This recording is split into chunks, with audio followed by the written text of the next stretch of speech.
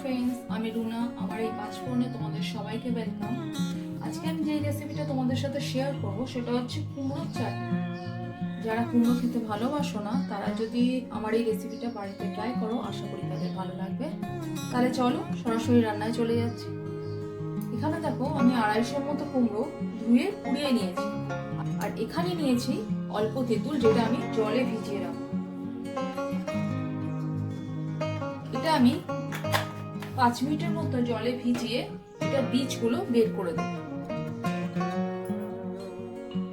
রান্নাটা স্টার্ট করার আগে আমি একটা ভাজা মশলা বানিয়ে নেবো। এখানে দেখো, জিরে, মৌরি, একটা লঙ্কা আর দুটো এলাচ নিয়ে নিয়েছি। এটা আমি হালকা শুকনো করে ভেজে নেব। এটা দেখো হালকা ভাজা হয়ে গেছে। এবার এটা আমি গুঁড়ো করে নেব। এখানে আমি প্যানে অল্প তেল নিয়ে নিয়েছি। এর মধ্যে আমি দিয়ে দেবো অল্প পাঁচফোড়ন।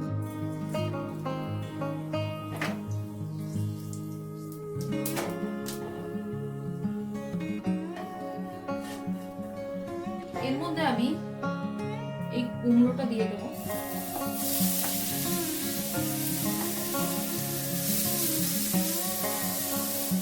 এর মধ্যে দিয়ে দেবো অল্প নুন, অল্প হলুদের গুঁড়ো।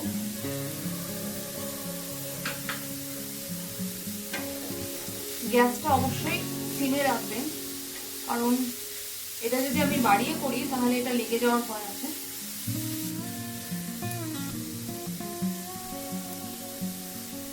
এবার আমি এটা ঢেকে দিলাম।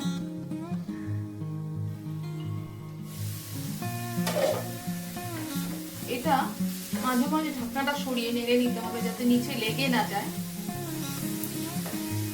দেখো আস্তে আস্তে নরম হচ্ছে।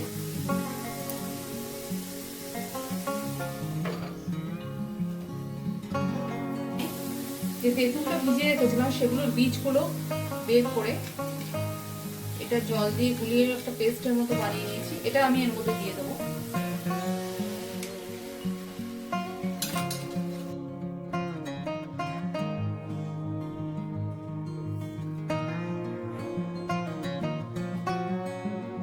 আবার 1 মিনিটের জন্য ঢেকে দিলাম।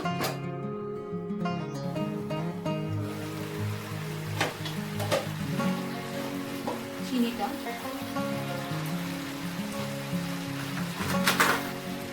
এক কাপের বেশি চিনি দিচ্ছি, প্রায় 1.5 কাপের মতো। আপনারা ইচ্ছা করলে 2 কাপও দিতে পারে, কারণ চিনিটা একটু বেশি না দিলে তেঁতুল দেওয়ার জন্য একটু টক ভাবটা বেশি হয়ে যাবে, তাই চিনি দিয়ে সেটাকে ব্যালেন্স করতে হবে।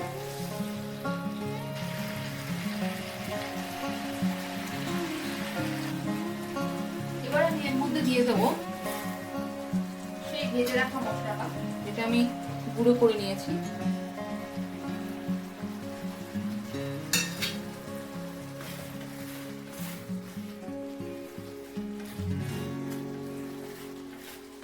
ভাজা মশলার একটা আলাদাই সুন্দর সেন্ট আছে। কুমড়োর চাটনি একদম রেডি।